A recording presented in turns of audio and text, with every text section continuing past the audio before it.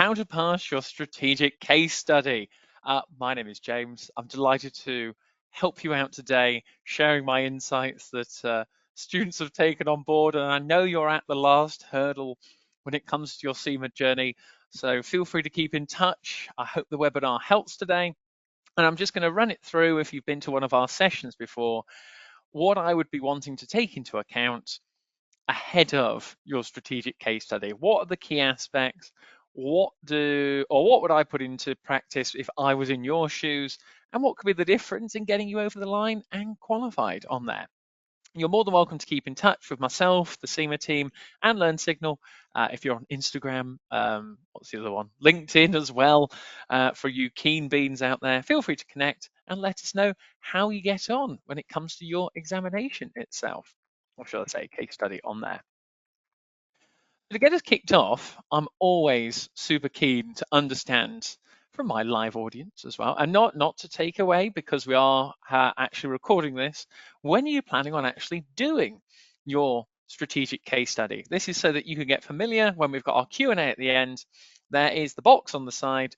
Just pop in there the month which you are planning on doing it, just so that myself, Kira, and the team have a rough idea, and I can tailor some of the points that we touch on in today's webinar to suit everyone on there. So just give you a second just to pop in there which month you're planning on doing it. And just for your notes as well, we will be recording today's session. You'll get sent a copy of the slides. There are some which I'm just going to literally touch on. It just gives you a bit of background information. And then I'm going to really focus in on some other areas that I'm going to say either take a screenshot, pen and paper, something on those lines, that they would be the ones to really focus in on. But Kira, how are we looking so far? When are the majority of our lovely guests today going to be treating themselves to the strategic case study? So we have quite a lot of very soon. So most of the people are saying May, next Yeah. week or the week after. Some people less than 10 days.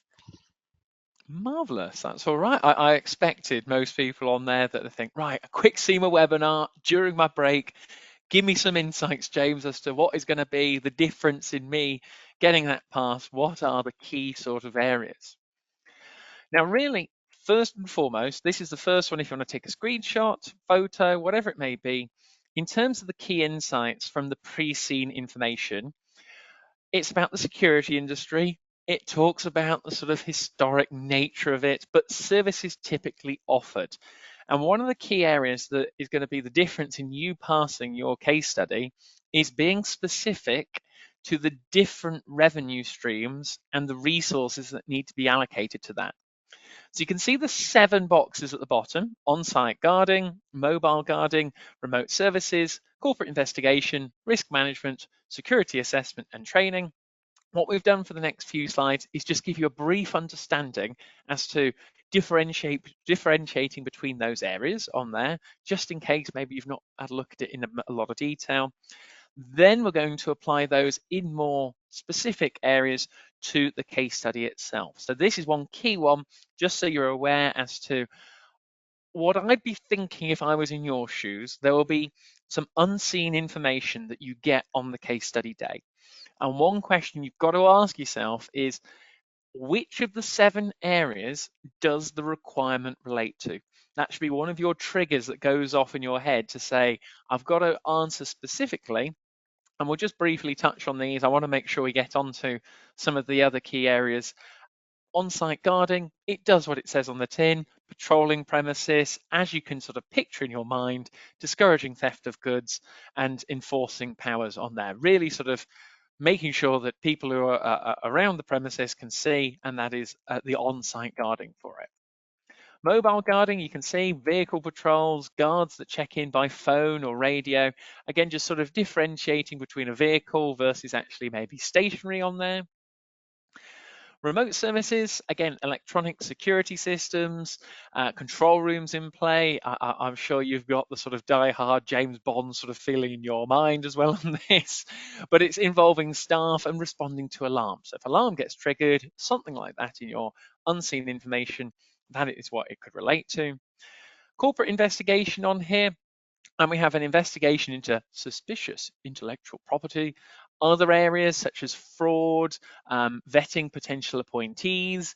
But I would think about this as to doing your correct due diligence on there would be another sort of key term that if I was reading your answer, that would be a good tick as to you're going into specific detail and considering the different stakeholder groups that could be affected if this investigation didn't take place.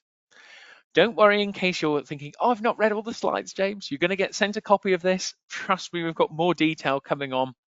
But as you would expect from the strategic case study, there is going to be some risk management involved, both from an operational side and a strategic side.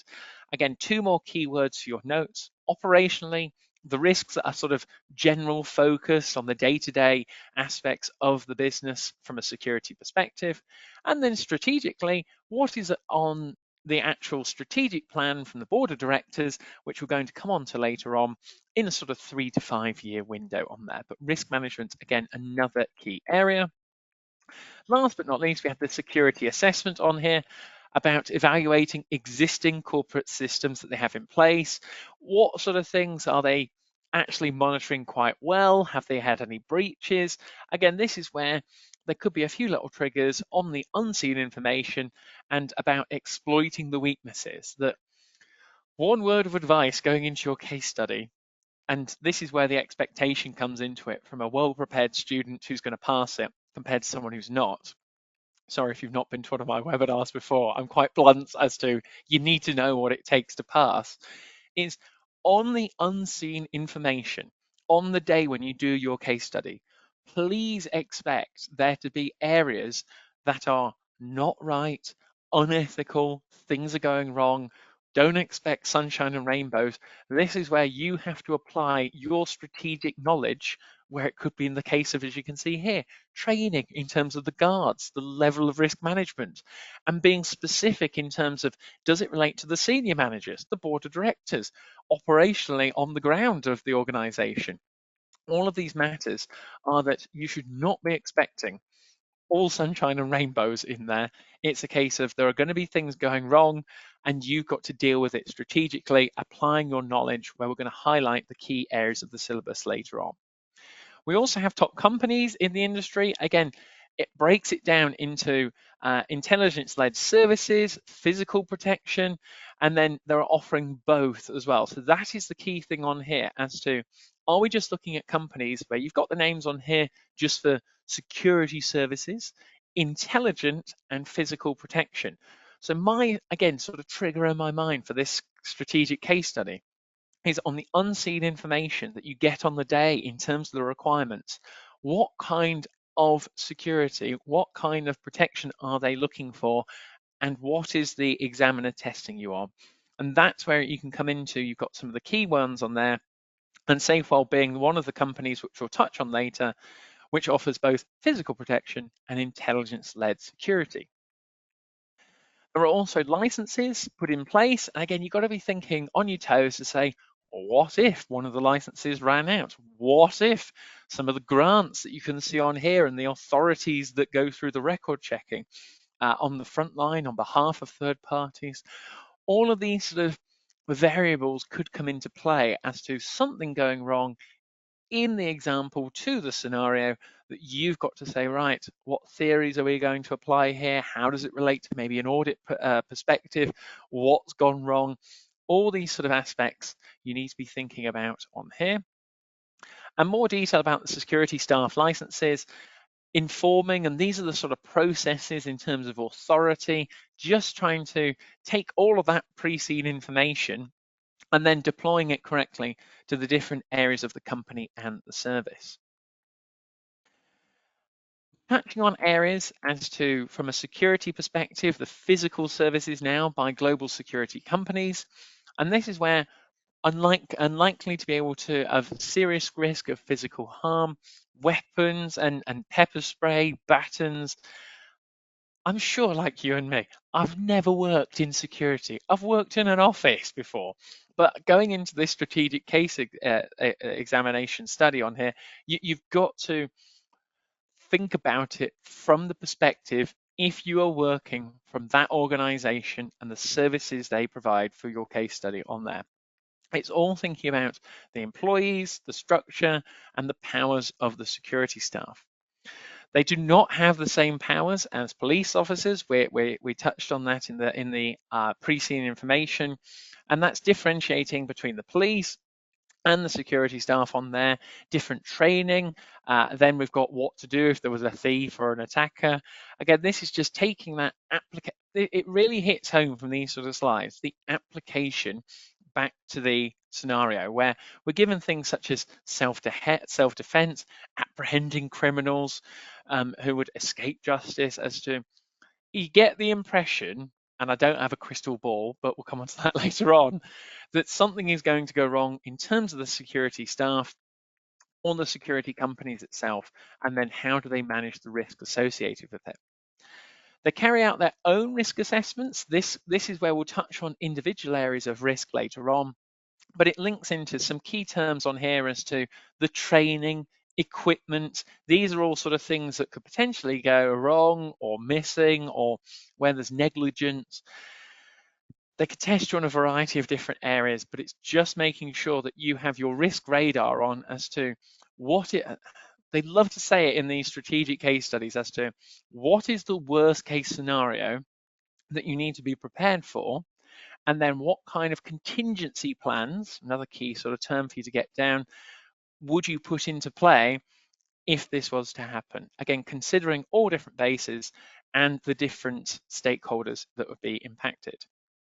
That's also not forgetting, we've also got the IT systems. This is the intelligent-led services, differentiating in your mind between the physical aspects of these sort of services within an actual location.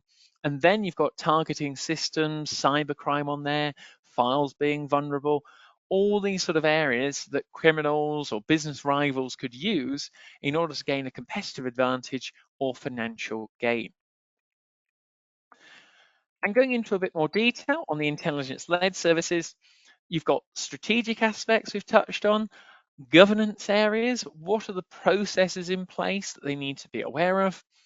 In terms of the structure, what kind of implications do they have and the risks associated with locating to a new factory in a foreign country? So just picture that in your mind if you were head of that operation.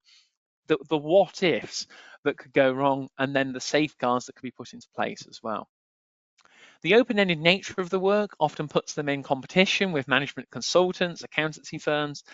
So again, it's not very collaborative. There are risks associated, especially from a data perspective, that again, they could be testing you on a variety of different areas. Now, getting into SafeWell now. So that was just to give you a sort of overview, background, covering sort of the key main areas. But then SafeWell itself, for the case study, things that you need to be aware of going into your strategic case study, that it's just got to roll off the tip of your tongue as to just the size and scale of this operation. So you can see on here, founded 1920 on there, advice and support on corporate security and enterprise risk management. So they have a history. They are long-standing. They are not a new company on there. They offer a wide range of services on there in terms of mitigating security threats, providing intelligence and investigations. But just think about it in terms of the pure size of 460,000 security staff worldwide, 74 countries. That risk management of employing 22,000 people on there, different regional offices, consultancy work, training contracts and projects as well. It's a big scale operation. And this is where little jinks in the armor and things that will come to fruition on the unseen material is going to be really important, that you consider the size and scale of this organization in your answers on there. In terms of what SafeWell do, we've got training programs for security guards on there to exceed minimum licensing requirements. We have the values at the bottom. And again, these are sort of things that you'd look for as a marker to say, has the student referred to specific areas from the pre-scene materials and those values of being responsive, innovative on there, treats the employees with respect and care, I'd have those in the back of my mind to say, if I get a requirement that breaches one of those values, I'm going to refer straight back to the pre-seen materials, and the market is going to love it on there. We've got some other areas in terms of the mission, the vision, and the paying of security staff. There may be some other variables put in, but it's so important that when you read the requirement, you ask yourself those specific questions. Which area of the pre-seen materials does it relate to?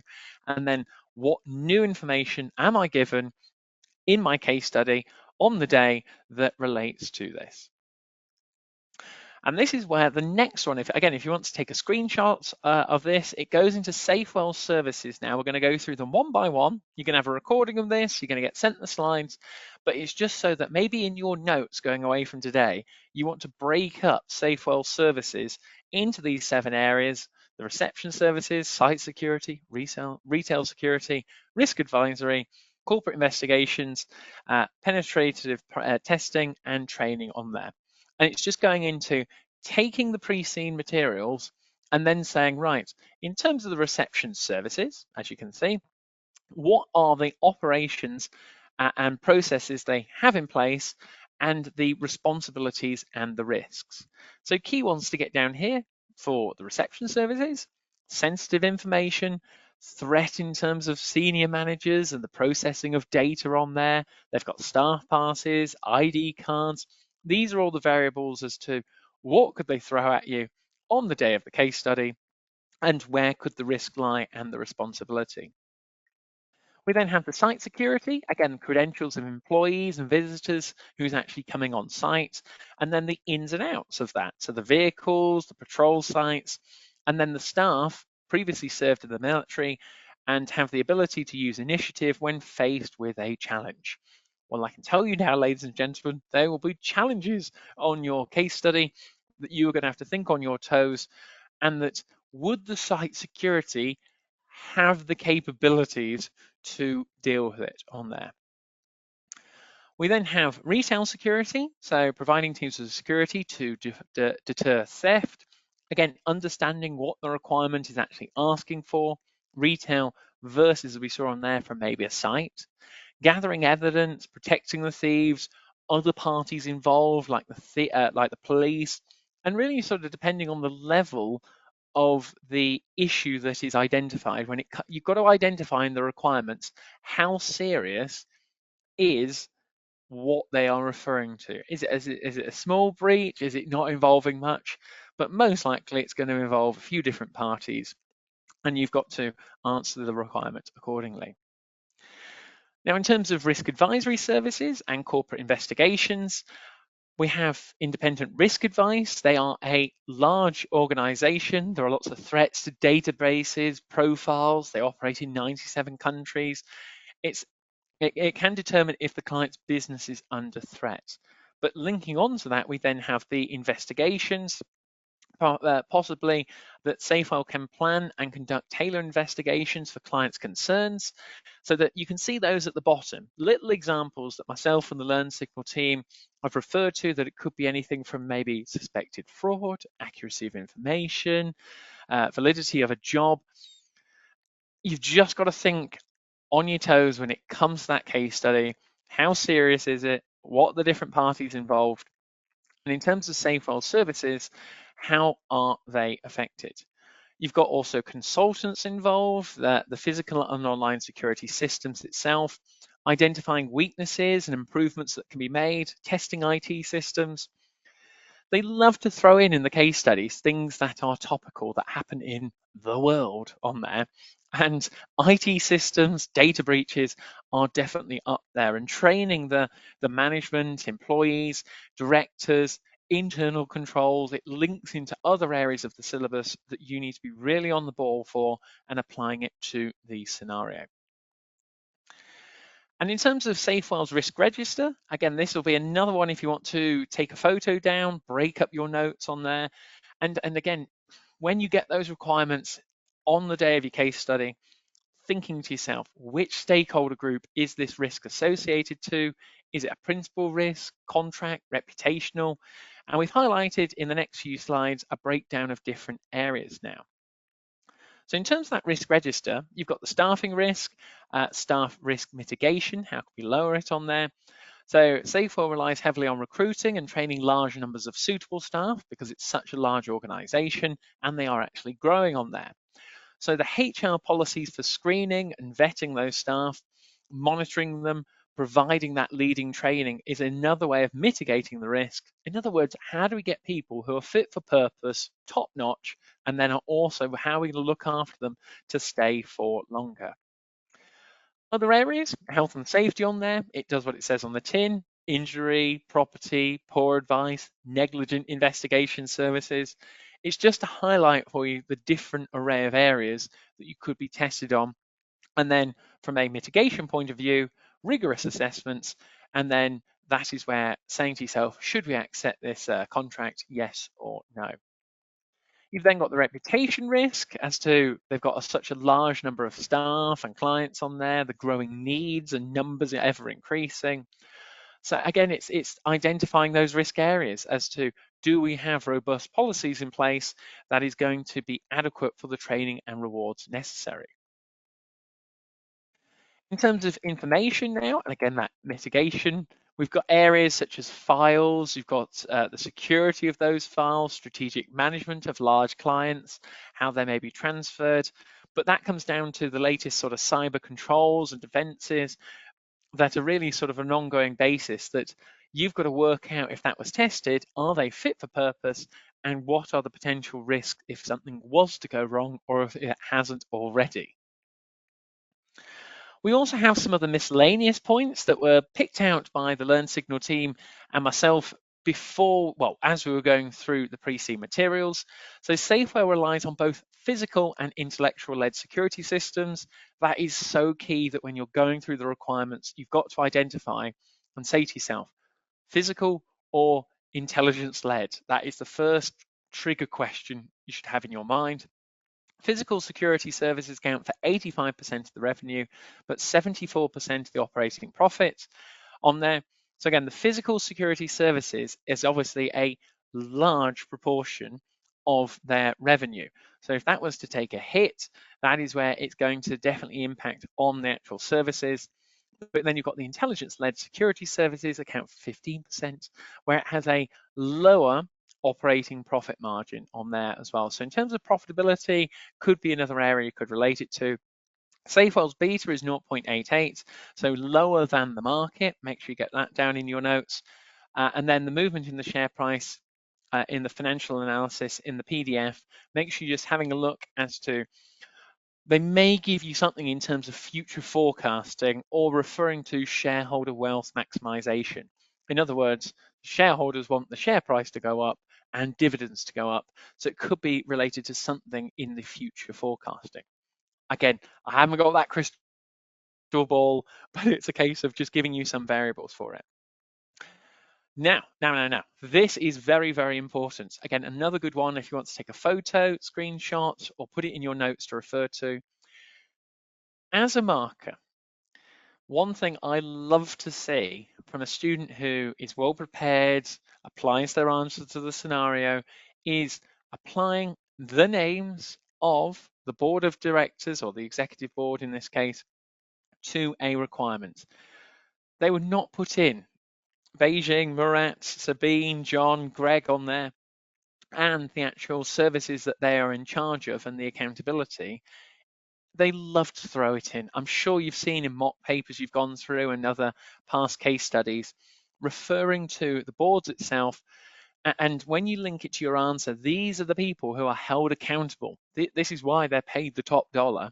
And you may also be asked as to say who's responsible for executing a plan to be put in place to correct a risk or an issue that has arisen on there. So again, making sure that you're aware of the 4 different areas. You've got Greg up at the top there, the Chief Executive Officer, and then the different areas below from financial reporting, health and safety.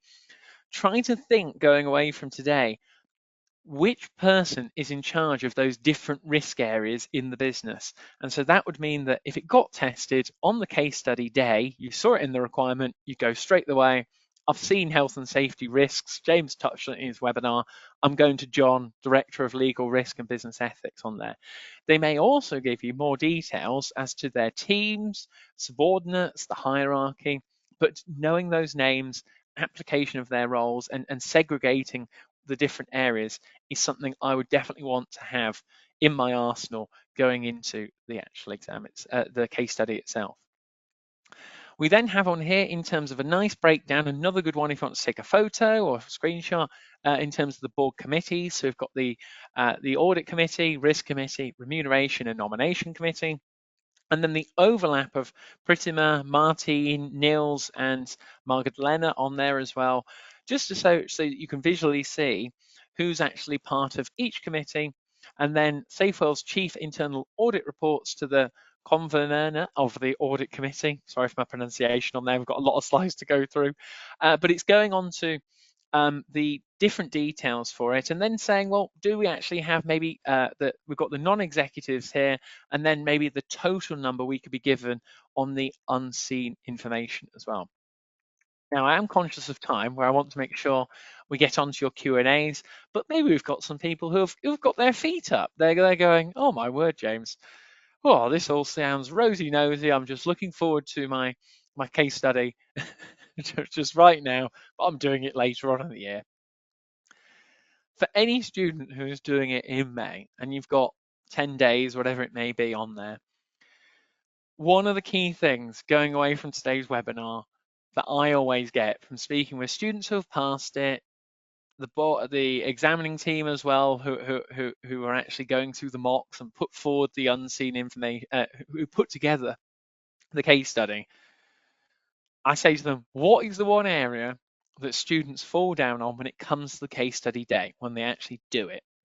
And it's those scenarios that you've got on there, that you've got a total for the 3-hour exam, 3 scenarios, each task having its own unseen information. And students do not time manage effectively. And one of the best ways to get around that is doing mock papers to time in exam conditions. That will be one of my main takeaways from today's webinar, that I never liked to do them when I was a student. You've really got to find that time, place that you can just sit down, do them to time, and so that it just replicates what you're going to doing when you go on to your case study on there.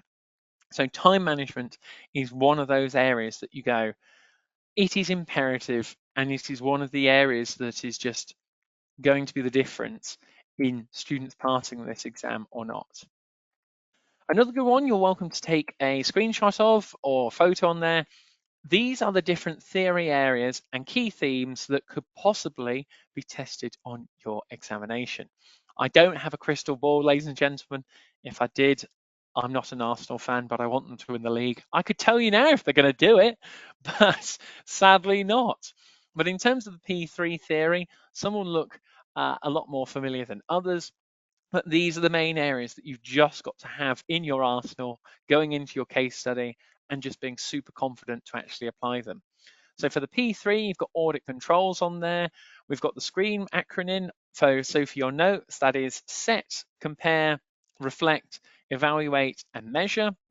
Then we've got spam soap on there for the acronym. So this is the 8 types of control. Again, they love to test these. So you've got segregation, physical control, authorization, management, supervisory, organizational, accounting, and personnel.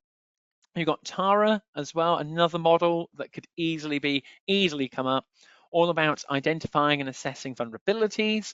So should we transfer that? Should we avoid it, reduce it, or accept it? Along with some compliance and health and safety risk, which health and safety, it's come up in the pre-seen information. So definitely something you've got to be thinking, especially from a risk perspective. The E3 theory on there, pricing, SWOT analysis, your strengths, weaknesses, opportunities, and threats, project management, culture, ethics can be thrown in there. Don't overlook that. Then you've got the F3 theory, share price and the beta. We've touched on there. We've got the beta of less than 1, share price potential, actual forecast for the future. We've got dividend theory and post offences as well.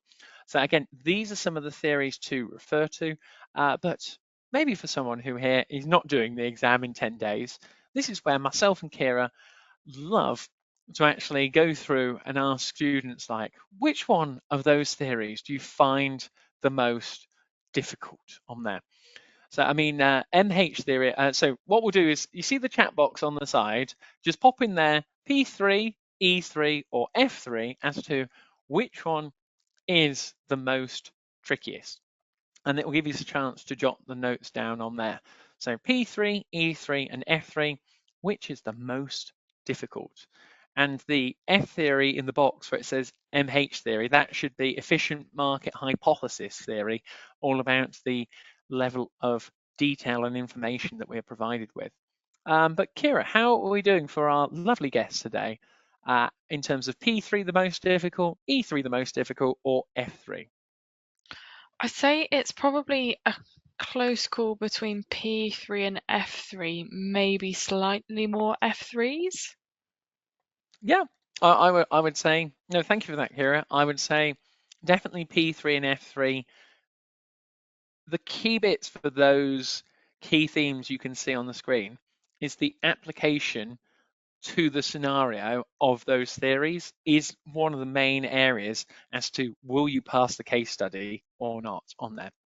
E3 is the sort of more, okay, I've worked in a business, I've been going about my professional career, I can use my previous exam knowledge on there to apply it, and I can have a really good go at attempting the requirement for it.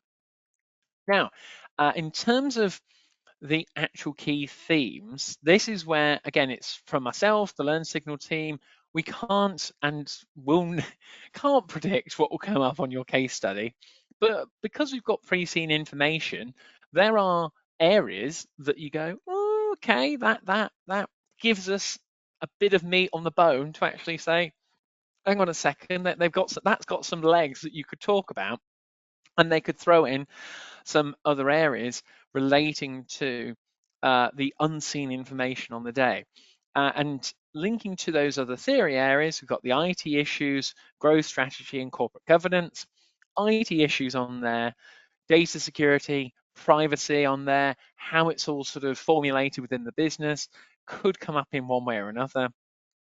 Managing strategies and soft matrix, another one, but I mean, growth strategy on there. You've just got to be careful, again, relate it back to the scenario and those board of director members. We're finally the sort of corporate governance, balancing of the board. It's difficult with the balancing of the board that we've got the chair should not be on the audit committee. Again, that's from a sort of familiarity and the transfer of information perspective. But the one in terms of balancing the board and then the committees as well is we can also be given more information on the unseen information on the case study day about maybe new board members or reshuffling of it.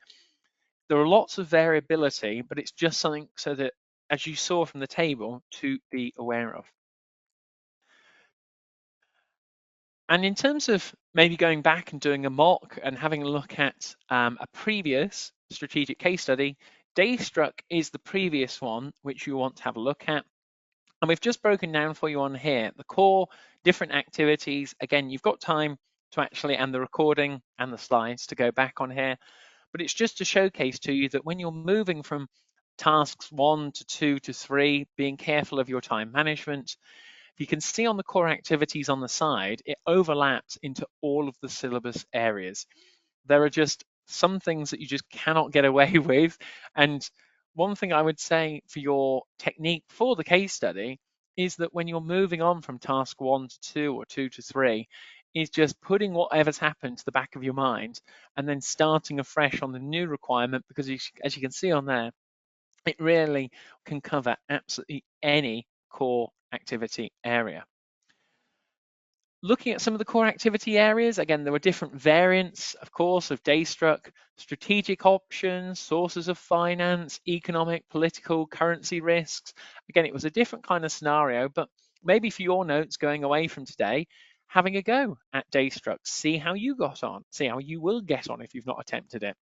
And really, it's a case of you will have these slides, you'll have the breakdown, you can work down which variant you attempted, And you can just see how it's going to cover the different theory areas, strategic analytical tools, but there's just a variety of different areas that you need to be aware of: internal controls, audit resources. Maybe as well, I'd recommend the design of the test. So you've got the actual requirements in that sort of middle column on there, what they are actually referring to. It's just taking you through the different areas, and so that when you're doing mock papers, which you should be in your, especially if you're doing it in this month, doing it to time, understanding what it's asking for, and then linking it back to the scenario on there.